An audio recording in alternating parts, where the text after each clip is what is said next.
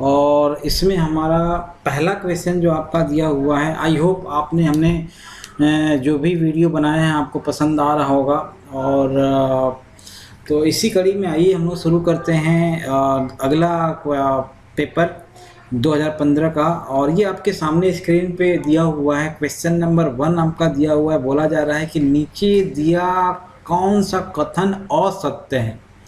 तो क्या बोला जाए, पूर्णांक एक परिमेय संख्या होता है। कोई भी पूर्णांक इंटीजर जो होता है, इंटीजर यानी पूर्णांक क्या होता है, परिमेय संख्या होता है। ये सही है। प्रत्येक पूर्णांक संख्या एक प्राकृतिक संख्या होती है। नहीं, ये गलत है। क्यों गलत है? कि पूर्णांक संख्या में पॉजिटिव भी होता है, नेगेटिव भी होता है और जीरो भी होता है। और प्राकृतिक संख्या कहाँ से शुरू होता है? वो हमारा होता है 1 से लेकर के इन्फानाइट तक। यानी आप पॉजिटिव इंटीजर सिर्फ बोल सकते हो। तो इसका मतलब ये हुआ कि ये हमारा B is the correct answer. ये लिखा हुआ ना, असत्य की बात किया जा रहा है, तो बी हमारा ऑप्शन आएगा। देखिए नेक्स्ट में क्या बोला जा रहा है कि x cube minus 23x² plus 142x minus 120 के गुणनखंड क्या होंगे। तो सबसे पहले तो आप ये देखो, यहाँ पे फैक्टर हमारा सबसे आसान तरीका ये है कि जितने यहाँ पे आंसर दिए हुए हैं ना, सभी को यहाँ रख करके और मैच करा सकता हूँ, हमारा आंसर मिल जाएगा। या हमारे पास तरीका ये है कि पहला हम कोई फैक्टर निकाल लें और फिर उसके बाद डिवाइड कर देंगे तो बाकी के फैक्टर हमारा निकल जाएगा। तो सबसे पहले हम लोग क्या करते हैं, 1 रख के चेक करते हैं। तो 1 रखोगे तो 1 माइनस 23 प्लस 142 माइनस 120, ये कितना हो जाएगा, -22 हो जाएगा। -22 और माइनस 120 माइनस 142 हो जाएगा, मतलब 0 आ रहा है। तो 0 आ रहा मतलब क्या हुआ कि इसका एक फैक्टर कौन सा होगा, कौन होगा, x इज इक्वल टू 1 हो जाएगा। तो x इज इक्वल टू 1 का मतलब ये हुआ कि x minus 1 equal to 0 is a factor of this question.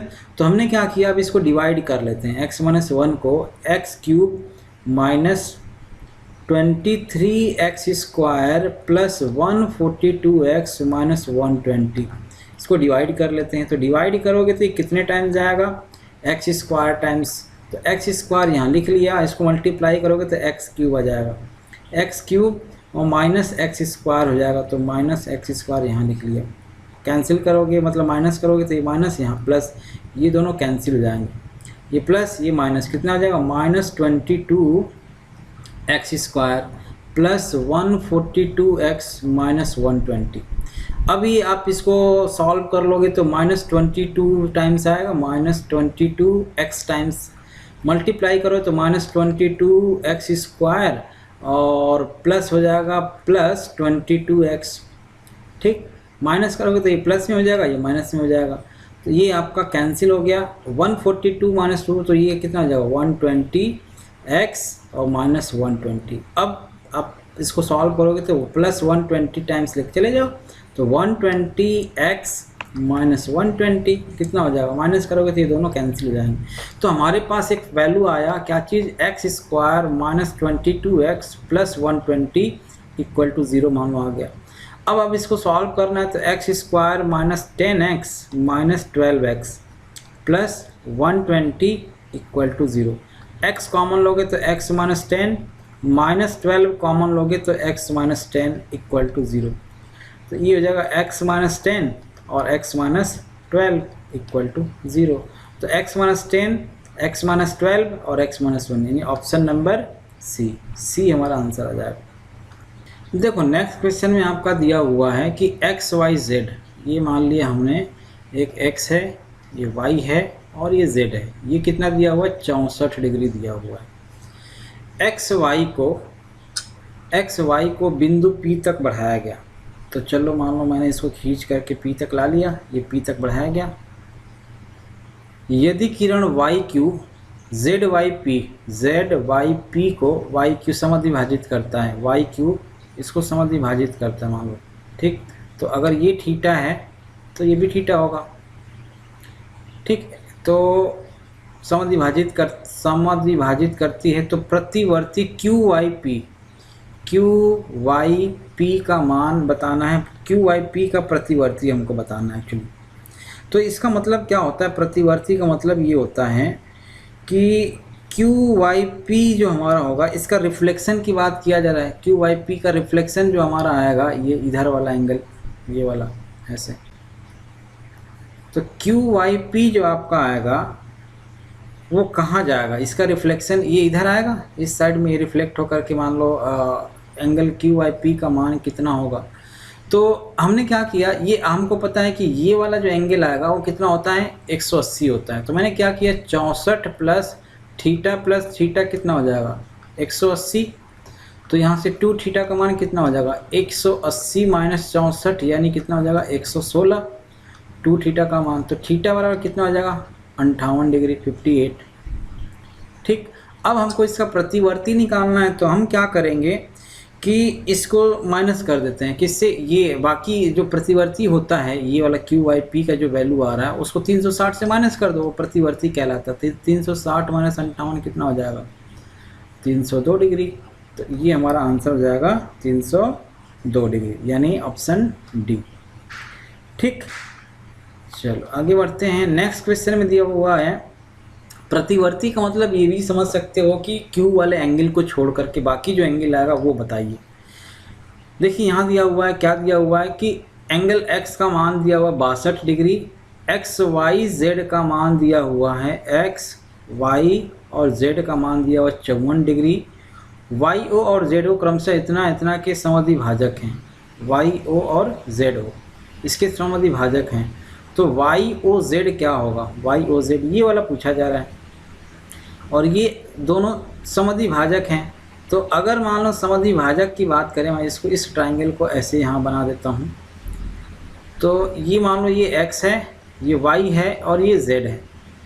तो इसका मतलब ये हुआ कि अगर आप इसको ऐसे बनाओगे तो ये अगर 62 डिग्री बना हुआ है और ये समद्विभाजक है तो ये 27 डिग्री होगा, ये भी 27 डिग्री होगा। ठीक, दोनों समद्विभाजक हैं। अब जब ये समद्विभाजक है तो इसका मतलब ये हुआ कि ये वाला एंगल भी दोनों इक्वल होंगे। ये अगर मान लो थीटा है तो ये भी आपका थीटा ही होगा, क्योंकि ये भी तो समद्विभाजक हैं, जेडो भी समद्विभाजक है। ये 27 डिग्री, ये भी 27 डिग्री।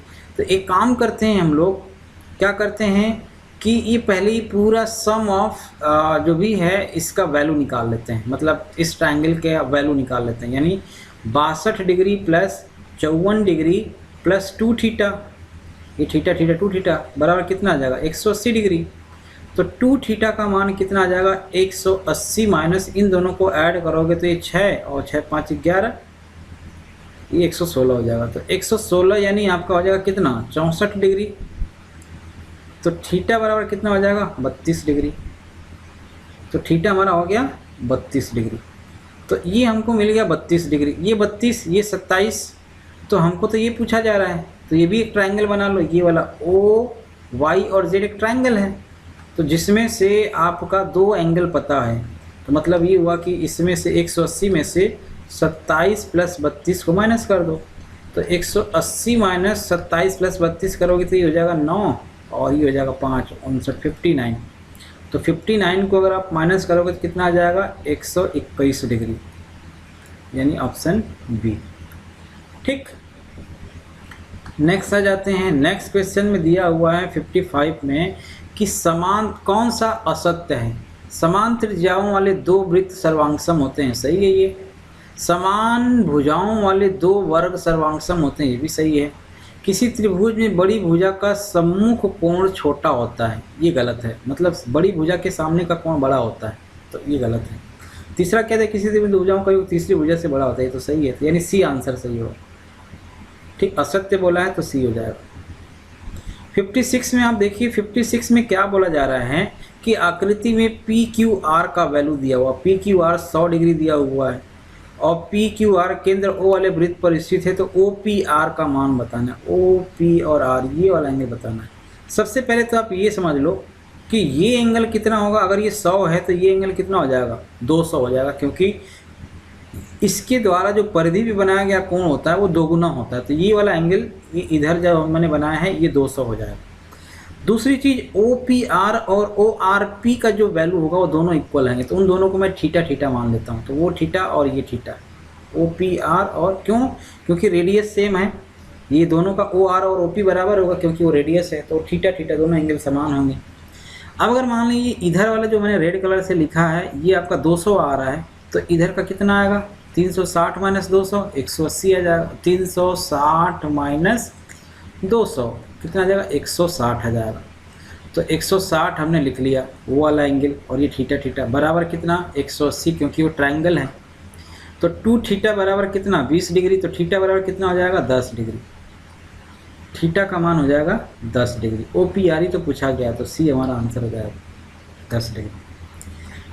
नेक्स्ट आ जाते हैं, लिखा हुआ कि ABCD एक चक्रीय चतुर्भुज है जिसके विकर्ण एक बिंदु O पर प्रतिच्छेदित करते हैं। तो चलो मान लिया हमने एक चक्रीय चतुर्भुज ऐसे बना लिया। चक्रीय चतुर्भुज मतलब ये हमारा ऐसे होता है जिसके विकर्ण एक दूसरे को बिंदु E पर प्रतिच्छेदित करते हैं। मान लो ये E हो गया। यदि A B C और D है ये, तो बोला जा रहा है कि यदि D B और C ये वाला एंगल जो आपका दिया हुआ है वो कितना दिया हुआ है 70 डिग्री दिया हुआ है। ये DBC कितना है 70 डिग्री। ठीक, BAC 30 डिग्री है, BA और C ये 30 डिग्री है। तो हमसे क्या पूछा जा रहा है कि BCD का मान बताइए, BC और D का मान ये पूरा बताना है। तो पहले तो ये देखो कि अगर मैं इसकी बात करूं तो इसके द्वारा हमारा ये 30 डिग्री बन रहा है, तो ये भी तो 30 डिग्री बनेगा। सेम कॉर्ड के द्वारा बनाया गया किसी भी परिधि पर जो बनाया गया कोण होता है वो सेम होता है। तो अगर ये 70 हो गया, ये 30 हो गया, तो इस ट्रायंगल में DBC ट्रायंगल में 70 और 30 100 हो गया, तो ये कितना हो जाएगा 80 होगा। तो ऑप्शन नंबर ए हो जाएगा हमारा। भाई त्रिभुज में तीनों कोणों का योग 180 होता है, तो 70 और 30 100 हो गया, तो बचा हुआ कितना 80, बस हो गया। नेक्स्ट देखिए 58 में क्या बोला जा रहा है कि एक त्रिभुजाकार भूखंड की भुजाओं का अनुपात इतना दिया हुआ, इसका परिमाप 300 मीटर, इस भूखंड का क्षेत्रफल वर्ग मीटर में क्या होगा। तो देखो भुजाओं का अनुपात दिया हुआ है इसका, और परिमाप भी दिया हुआ है। तो अगर मान लेते हैं भुजा का लेंथ मानो 3x 5x और 7x है, तो परिमाप हम लोग कैसे निकालते हैं a + b + c। तो मतलब ये हुआ कि 3x + 5x + 7x का जो वैल्यू आएगा वो किसके इक्वल आएगा 300 के इक्वल। तो 5 3 8 और 8 7 15, 15x बराबर 300। तो x का वैल्यू कितना हो जाएगा 15 दूना के 30 20 हो जाएगा। तो x का वैल्यू 20 हो गया। तो अब हम साइड की लेंथ की बात करेंगे, तो एक साइड हो जाएगा 60, दूसरा आ जाएगा 20 25 100 और तीसरा हो जाएगा 20 7 140। ये 140 मीटर में आ गया। अब बोला जा रहा है कि इस भूखंड का क्षेत्रफल वर्ग मीटर में क्या होगा, क्षेत्रफल निकालना है। तो जब 3 भुजाएं दी हुई हों और क्षेत्रफल निकालने की बात किया जाता है, तो क्या करते हैं हम लोग, डेल्टा बराबर फार्मूला होता है √S S - A S - B और S - C। और S क्या होता है, परिमाप का आधा होता है। तो S का जो वैल्यू होगा, परिमाप आपका दिया हुआ 300, 150 हो जाएगा। तो इसमें हम लोग रख लेते हैं 150 गुणे 150 माइनस कितना, पहला साइड है 60, 150 माइनस 60 कितना हो जाएगा 90, ये हो गया 90। फिर 150 माइनस कितना करोगे 100, तो ये हो जाएगा 50। फिर 150 माइनस 40 करोगे तो हो जाएगा 10। अब यहाँ से इसका स्क्वायर रूट निकाल लोगे तो जो हमारा आंसर आएगा वही फाइनल आंसर हो जाएगा।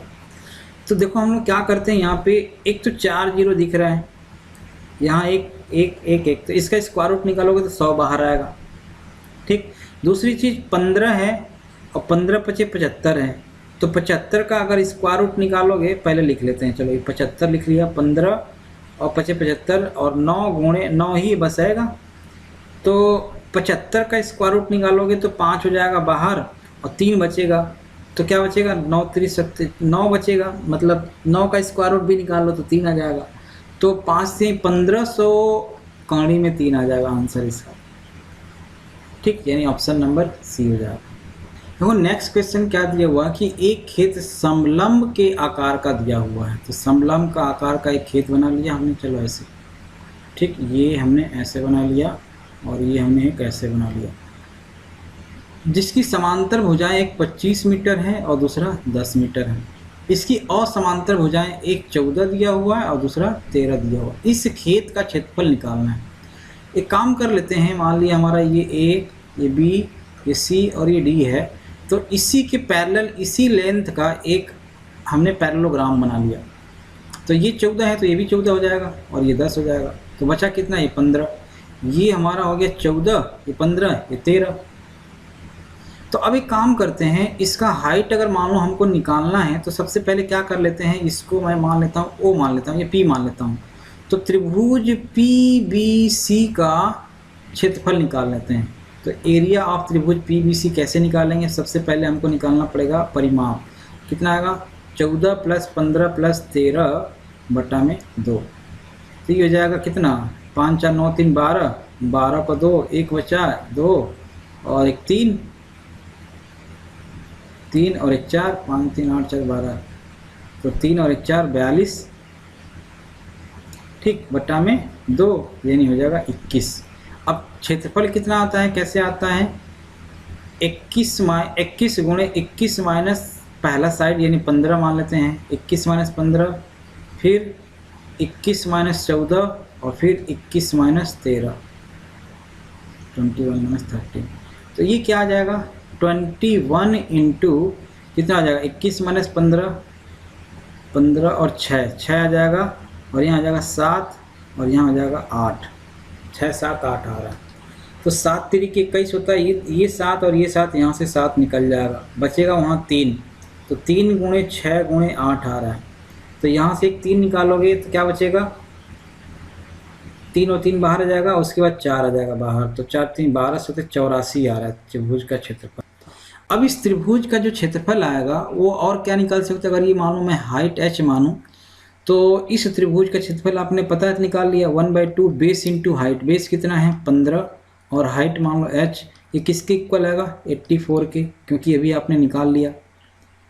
ठीक, अभी क्यों निकाल रहे हैं अभी आपको पता चल जाएगा। तो आपने क्या किया, 15h = 84 गुणे 2, तो ये कितना हो जाएगा 168 हो जाएगा, 168। तो h बराबर 168 डिवाइडेड बाई 15 आ जाएगा, h का वैल्यू आ गया। अब देखो ये जो हमारा एरिया इसका निकालना था ट्रेपेजियम का, बेसिकली हाइट चाहिए था, तो उसका एरिया निकालने के लिए हमारा फार्मूला क्या होता है कि 1/2 sum of parallel side. Parallel side कितना है 25 और प्लस 10 35, और हाइट कितना अभी हमने निकाल लिया 168 डिवाइड बाई कितना आया था 168 डिवाइड बाई 15। तो 168 डिवाइड बाई 15 आप यहाँ लिख लो। तो ये कितना हो जाएगा 25 और 10 35, तो 1/2 इंटू 35 इंटू 168 डिवाइड बाई 15। 5 से कैंसिल करोगे तो ये 3 आ जाएगा, ये 7 आ जाएगा। ठीक, इसको कैंसिल करोगे तो कितना आ जाएगा 84 हो जाएगा, 84 आ गया। फिर इसको आप कैंसिल करोगे तो 3 दूना के 6 और 3 8 24, तो 7 गुणे कितना आ रहा 28। तो 8 7 56 को 6, 5 बचा 8, 7 दूना के 14 और 5 19, 196 मीटर स्क्वायर आंसर आपका आएगा। यानी कौन सा ऑप्शन, डी ऑप्शन आ जाएगा। ठीक, डी ऑप्शन करेक्ट हो जाएगा।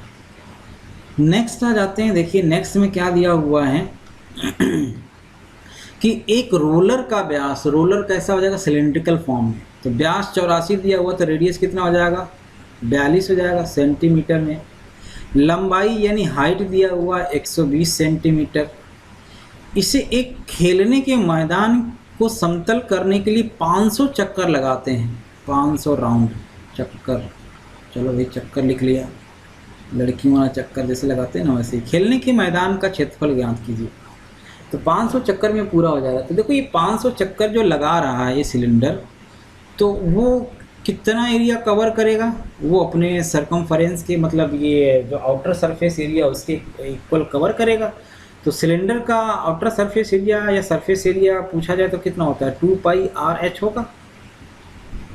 तो ये लिख लेते हैं, हमको तो सारा वैल्यू दिया हुआ है। 2 इंटू पाई का वैल्यू 22/7, आर दिया हुआ है आपका 142 सेंटीमीटर और हाइट दिया हुआ है 120। इसको कैंसिल करो 6 7 42 और ये हो जाएगा 22 दूना के 44 गुणे 12 6 72 720।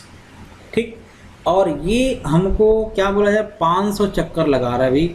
500 चक्कर लगा रहे तो ये हमारा मल्टीप्लाई कर दिया इससे 500, तो 500 से अगर मल्टीप्लाई करोगे तो कितना हो जाएगा 220, तो हमारा मान लो 44 गुणे 720 गुणे 500, तो अगर आप इसको मल्टीप्लाई करोगे तो हमारा जो वैल्यू आएगा वो हो जाएगा 44 गुणे 720 गुणे 500, तो ये हमारा आ जाएगा आंसर 15,15,840 और 000 ये आएगा। तो ये किस में आ रहा है, सेंटीमीटर स्क्वायर में आ रहा है। और सेंटीमीटर स्क्वायर को अगर मीटर में कन्वर्ट करना है तो 1 सेंटीमीटर बराबर आपका होता है 1/100 मीटर। तो हमको क्या करना पड़ेगा, 10,000 से डिवाइड करना पड़ेगा, 10,000 से, तो 3 0 ये 1 0 ये, यानी आपका आ जाएगा 1584 metre square, 1584 metre square, option number B. देखो नेक्स्ट क्या दिया हुआ कि एक शंकु का वक्र पृष्ठीय क्षेत्रफल दिया हुआ, वक्र पृष्ठीय क्षेत्रफल शंकु का कितना होता है, πRL होता है, ठीक। और ये कितना दिया हुआ 308 सेंटीमीटर स्क्वायर। इसकी तिर्यक ऊंचाई दिया हुआ 14 सेंटीमीटर।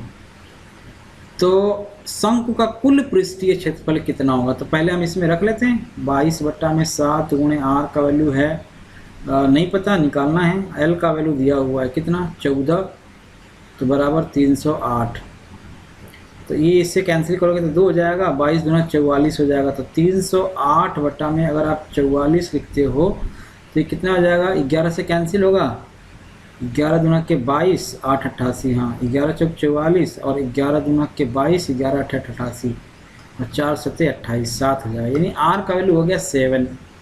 हमसे क्या फिर पूछा जा रहा है, कि शंकु का कुल पृष्ठीय क्षेत्रफल, तो कुल पृष्ठीय क्षेत्रफल कितना, πRL plus base area πR square. तो πR हमने कॉमन ले लिया, πR कॉमन ले तो क्या बचेगा, L प्लस R आएगा, L प्लस R, तो पाई यानी 22/7 हो जाएगा, 22/7। R का वैल्यू आपका आ गया 7, L का वैल्यू आपका दिया हुआ 14 और R आपने 7 लिख लिया, ये 7 से 7 कैंसिल, 22 गुणे 21, तो 22 गुणे 21 आप निकालोगे तो कितना आपका आ जाएगा, 22 गुणे 21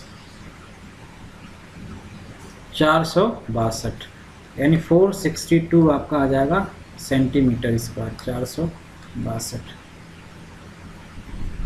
ठीक। और किसमें, सेंटीमीटर स्क्वायर, ये हमारा आंसर हो जाएगा, ठीक। आगे बढ़ते हैं। अच्छा आगे यहाँ एक और क्वेश्चन दिया हुआ था, इसको देख लेते हैं भाई, पहले मैं इसको हटा दिया।